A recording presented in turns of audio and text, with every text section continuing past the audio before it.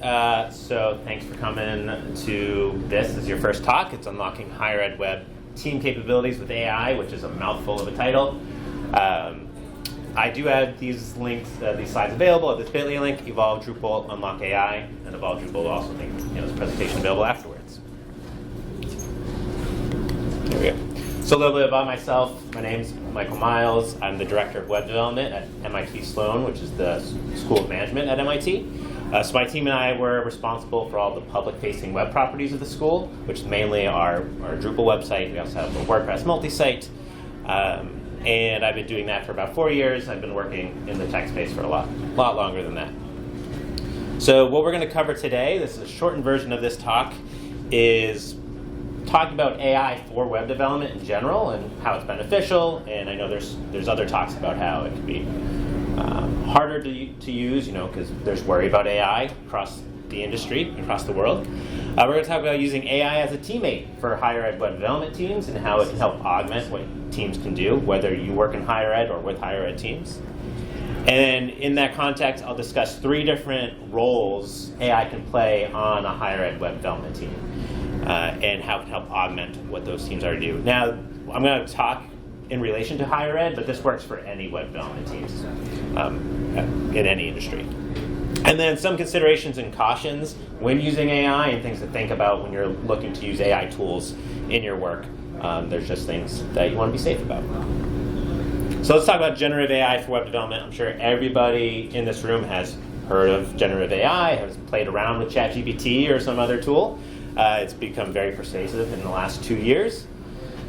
But for web development, it's very useful because the way these generative AI tools work, large language models, the way they work, though it's kind of a black box to even people who build them, but they consume a lot of information, like the whole internet has been consumed by these models, and it uses pattern recognition to predict the next best output based on a context that you give it, based on a prompt.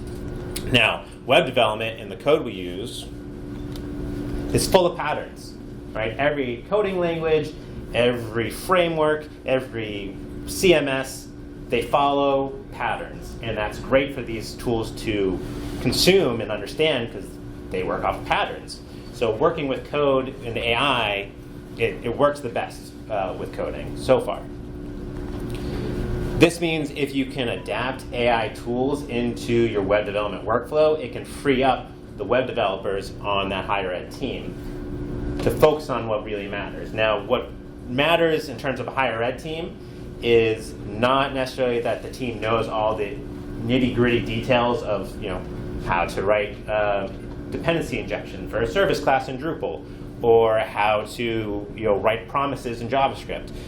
What really matters is that they know how to take the goals and the values of the school and translate that to the web so that the core audiences or the stakeholders that the school wants to reach out to can be reached in the best way possible. So the more time you can give your developers to focus on how to solve the higher level problems and how to deliver that value versus spending time on the nitty-gritty, the more value they're going to provide to the school.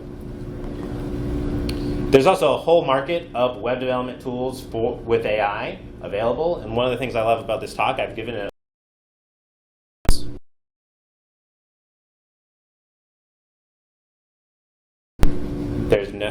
I don't know what happened to the slides. There it is. Oh, the AI is always listening. It doesn't want to tell you. I've given this a number of times, and what's great about it is every time I go to revise it, there's brand new tools and things to look into. So I'm going to have some examples of recommendations for tools to look at, and these are relatively updated. Up to the last week, I've updated them based on what's been emerging. All right, so AI can be a teammate, and you'll see some of all these images I used AI to generate. So some of them are a little uncanny valley, like the way the robot's holding those hands. Yeah. That's one of the things. Like, this is an older model when I built these. Now it's getting harder to. You like this, you can be like, yeah, AI made that, but there's new images where you can't tell. All right, AI can be a teammate. It can fill in roles that your team needs to accomplish, but don't need to focus their time on. As a teammate, your AI tools are going to be your most knowledgeable yet least informed member of your team. They're most knowledgeable because it's consumed all that information about how your languages work, how your frameworks work, best patterns and practices. It knows all that. It knows nothing about the context that you want to use that for, right? It knows nothing about your school, nothing about, well, it probably knows something about your school, but it knows nothing about what you want to accomplish using those tools. So it's the most knowledgeable in the technical aspects, but the least knowledgeable in terms of the projector.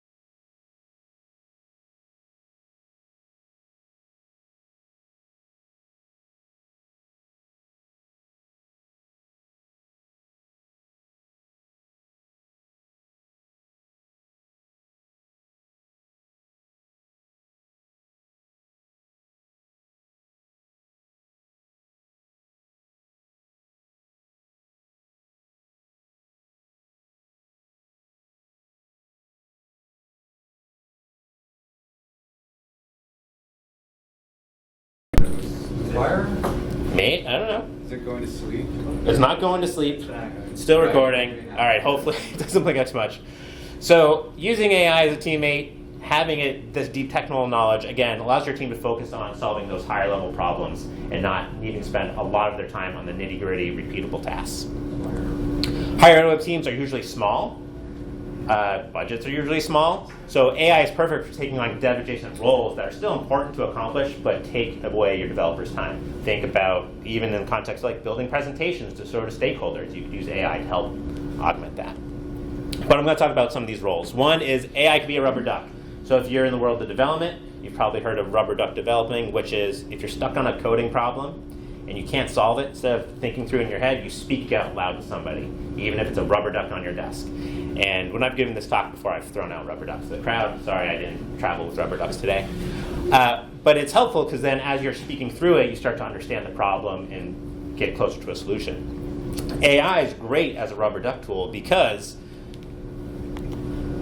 it can help spark new ideas and approaches to problems. You have to be able to communicate your problem to the AI tool through prompts that are relatively plain English or plain language, and you can get results from that on a lot of different methods faster than talking to another developer. Like another developer only has their little small wealth of knowledge to offer suggestions, where the AI tools know everything. So you could be like, I'm stuck in this problem, give me 10 options, and it'll instantly give you 10 different options, avenues you didn't even think about before, that you can start researching and figuring out if that's a solution to your problem. Conversational prompts also help explain technical details and help you practice explaining those concepts to non-technical audiences. So if you're a web development team in higher ed and you need to communicate with deans or faculty or staff, people who are focused on many different things, not technical knowledge, but you want to explain why a bug happened and you want to be articulate about it, practicing explaining that to an AI tool so it gives you a solution will help you get better explaining technical things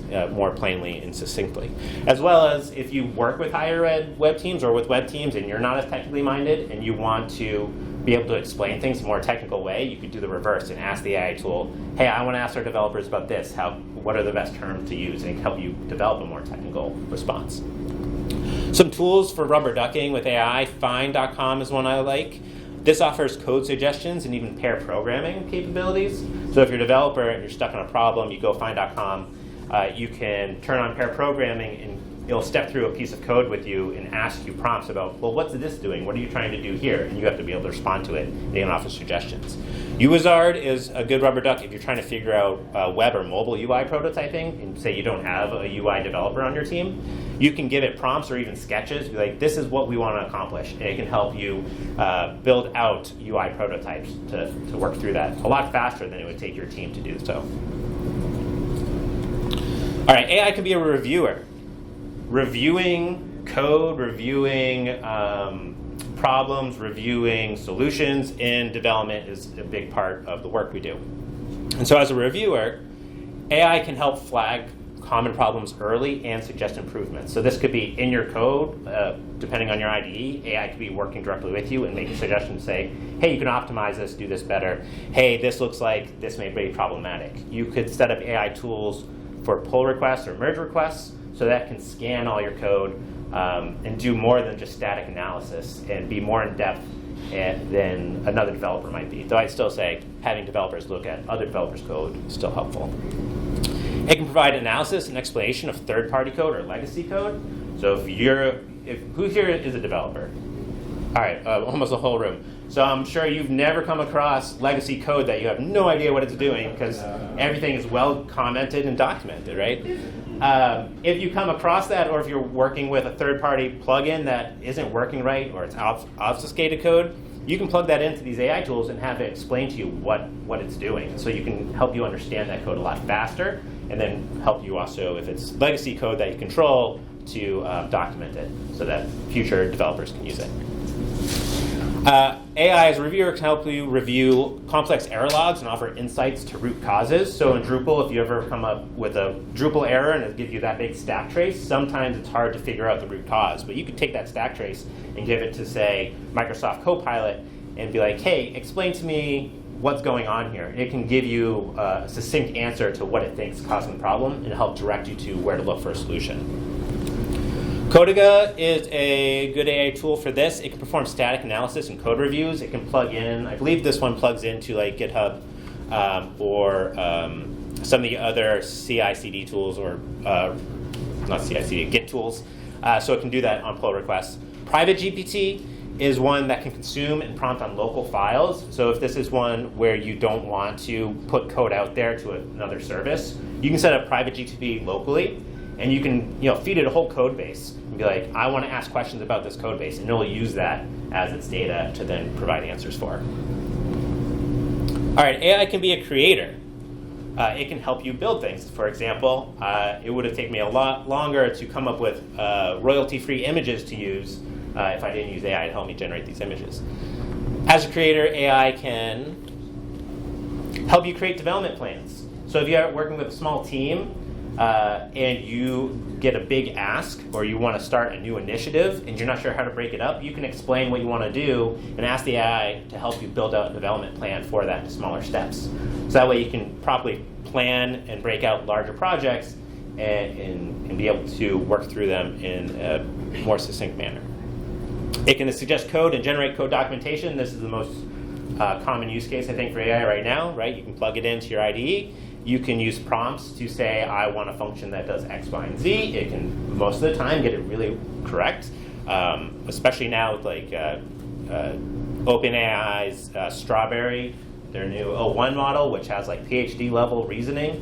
I've seen some examples of using that in beta, and it comes up with even better code examples. You can also generate realistic data, content, and images for use in lower level environments. There's always concern when you're copying data down to a lower level environment. One, you want it to be as close to your production environment as possible, but you may not want to copy down user information. You may not want to copy down student or faculty information, but you want realistic data that you can use when you're testing in that lower level.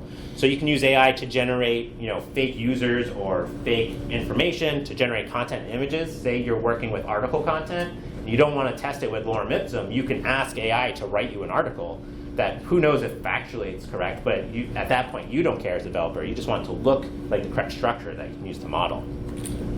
GitHub Copilot, Cody.dev, these are great for code suggestions and code generation. They can analyze your code, they can generate code documentation, they can be prompted off of code comments, which means you can write self-documented AI code because you write the code comment what you want and it produces output right in your IDE. ChatGPT, Microsoft Copilot, well-used interactive prompt tools.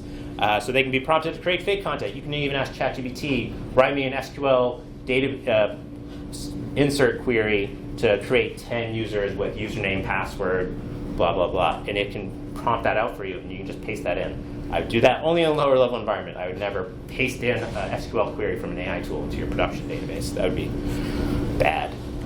All right, so considerations when using AI. There's a couple of them you want to think through.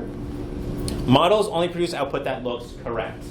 Now, luckily, when you're dealing with code, correct means either it works or it doesn't work. So we're pretty beneficial there, where if you're writing like an essay and you want it to give you factual information, it may hallucinate and say like George Washington went to space or something like that. But with working with AI in web development, you want to make sure and double check what it's giving you is what it says it's going to do. So it's always good to review it. You can even have an AI tool review the code for you, which gets off sort of nested things. Models now are getting better. There's very little hallucinations going on. So this isn't as much of a concern anymore, but you still want to double check that what it produces is actually what you want. AI-generated content is not copyrightable, at least in the US. For working in open source and higher ed with your code bases, that may not be as big a concern, but if you're dealing with any private code repositories or IP, and you put generated code into that, what that does from a legal standpoint, I have no idea. I'm not a lawyer, so you just want to be considerate about how you can use these tools for generating code and what that means for like your existing code base, and talk to any legal department that may make sense to talk to.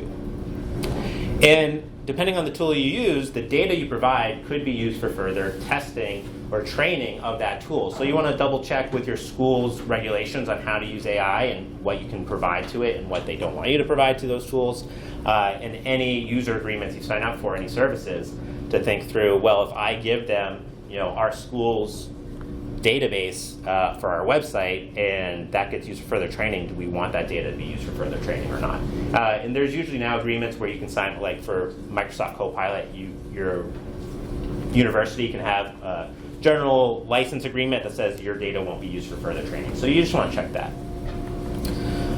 LM Studio 20 Cody.dev. If you're worried about any of these considerations, except for using AI, like stuff that looks correct, these are all LMs, so language models that can run locally, and many IDEs have plugin support for them. So I've used all these on my laptop and run them relatively fast, and I plugged them into VS Code, like LM Studio with Cody.dev. And so I'm not making requests to a third-party OpenAI. It's all happening on my machine, but using the same sort of model to give me output. So if you're concerned about sending data to another organization, you could look to set these up locally and use code generation locally. All right, so some takeaways. Generative AI can free up time for your higher ed web development teams to focus on solving the needs of the school using web development and not focusing on the nitty-gritty details on how to build those things out. Discuss with your team what AI tools make the most sense for them. So what roles are you missing on your team? Where is your team getting distracted and having to spend a lot of time away from delivering that core value? And what tools can you use to help augment that? And then always be cautious and verify the output of generative AI, right? Make sure that it's doing what it says it's going to do. Test in local environment. Never push AI generated code to your production environment directly. And check with your school on the rules and regulations for what you can do with AI and not. Your IT teams probably have developed rules around this. I know at MIT we have public available guidance on how to use AI tools, so you can check that out. So that's the end of this, basically right on time. I want to thank you for coming to this. It's your first talk. Again, these slides are available with some additional slides on resources for all the tools I mentioned, links to them, so you can find that. And we probably have a minute or so for questions if there are any. First, I'll say thank you. And you applause. I'm curious about the code review capability you played with. I haven't really thought about that much. What level of feedback is provided? Because, or in your experience, because it's like often the context of the bigger system, understanding is needed to provide feedback on one pull request. That's true. With pull requests, feedback is often needed about the whole context. So the question was, how have I looked at using AI for code reviews? There's a quote about if a code review is 20 lines, if a pull request is 20 lines, it's going to take 2 hours to review. If it's 100 lines, it's going to take 2 minutes to review, right? Because people skim over it. So I think having these tools put in place can help with those if you have bigger pull requests to review, they can call out, it's more like static analysis where it'll be like, oh, hey, you're using this variable here but not here, or this code's redundant, you can probably optimize this. It's more of those suggestions that then developers may be hesitant to provide because they don't want to feel like they're attacking someone's capabilities. But if an AI tool is just pointing things out to you, that's where I found a benefit from that. Right. Okay. Yeah, my colleagues don't like when I do that. Yeah. I'm a tech manager, so not really deep in code. Yep. And inherited Google Tag Manager, custom HTML tags. We use some AI tools to generate a description of what these tags were doing. Yep. In your experience, how accurate are those reviews? Because they're just snippets, right? Yeah. Typically fairly well defined in what they do, but can we rely on the definition of its keywords? Yeah, so the question is using AI tools for generating descriptions of images or meta tags based on content, how accurate are they? Is that custom snippet? The custom snippet. What is so it defines what it's doing. So this snippet does X, Y, Z because, like I said, we inherited them. So yeah. I had no idea what you were doing. How accurate is that? I think in terms of accuracy with anything you're providing to AI tools, they're getting very accurate, like 90% accurate or higher. I don't have a specific answer for in that use case, but because it's specific to code, right? It's it's contained. This is like 8 lines of code, and it says this is what what it does. This is connecting to Facebook and XYZ. But compared to, I know, like if it's writing an essay, obviously it's going to hallucinate. Right. But in terms of accuracy with looking at code and explaining what it does, that's very accurate in my experience. Like even if you give minified code and explain to me what this is doing, it can understand the minified code, which is really helpful. So if you're dealing with like little snippets, it can give you the context of that function and be like, well, this function is doing X, Y, or Z, and it's usually very accurate. Have you, do you think it'd be really good just to let AI do some cleaning, the cobwebs in your code base's closet? Have you any experience with that? Using AI to clean out the cobwebs, like those hidden corners of your code base. I haven't tried that because I haven't found a good tool where I can give it the whole code base and tell the AI just run with it. Just look through it all, because it's all based on prompts. So I think, especially if you're dealing with like third-party tools, there's a limit to how much you can send in a request. And so you can't give it the whole code base and be like, look through all this. You can give it a certain file and be like, look through this file and tell me things that are redundant. And it can help with that. And I've done that from a file or a function perspective that's really long, like, help me clean this up. And it does a really good job. You have to be very finite amount of information. And then you can have a conversation to help clean it up. Yeah, I've done that where I've like, this function is 200 lines long. Help me make it shorter and optimize it and tell me what you're going to do and ask me about it. If you prompt the AI to prompt you with questions, it will, which is very helpful. Two kind of follow-up questions. Have you used the Drupal droid on ChatGPT? Yeah, the question is, have you used the Drupal droid on ChatGPT? I actually built the Drupal droid. So yes, I have used it. Found the right guy. And the second part of that question then, perfect question for you.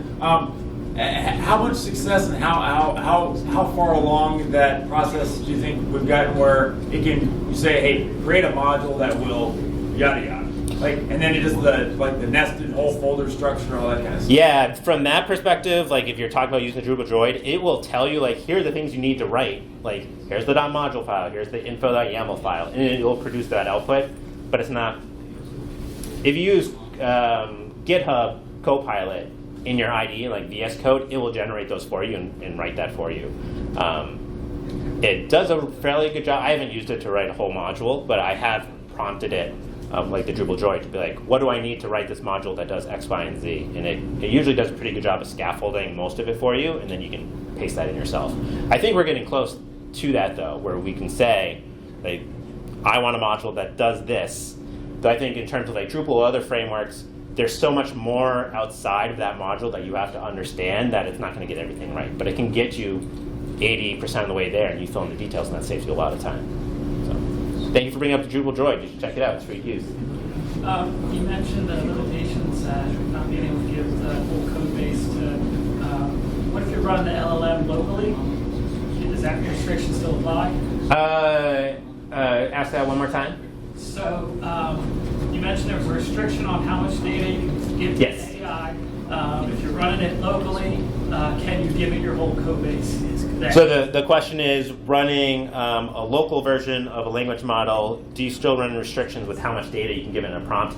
Yes. You're still, I don't know what the limit is, but there's still a limit just in terms of how much tokens it can process, as well as how much your laptop can handle processing all that, right? The more you give it, the harder it's going to be. Maybe there's a flip question. Can you use your local code base to train a local LLM? You can. You can can do that, and I think that's the next evolution is like what are called agents, and we're going to see more specific user agents come out there that are trained on smaller data sets, and eventually I think it could get to a point where there's one that's trained for studying code bases where you just give it your whole code base locally and be like, all right, I want to know everything about this, I want to do everything with this, help me. And it's really trained to do that one task, and I think that's where these things are going. But not yet. Close, right? Probably there are groups out there that do it. I think there's one question over here. Yeah, you mentioned IDE and AI capabilities. What are some tools you feel that you might be above the cutting edge, so to speak? Above the cutting edge for AI in IDEs. So VS Code has a great plugin library, like with GitHub Copilot. There's another version called, I meant to write it down. It's like Comma or, I forget. There's one that a group recently.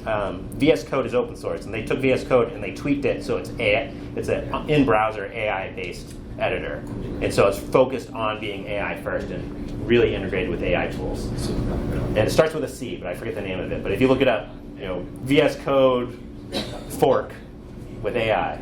Okay. PHP Storm has a line completion AI that stays on your device, and they also have a subscription service Yep. for that leaves your device. All right, and that's the end of the question. So thank you. We took a little extra long. Thanks.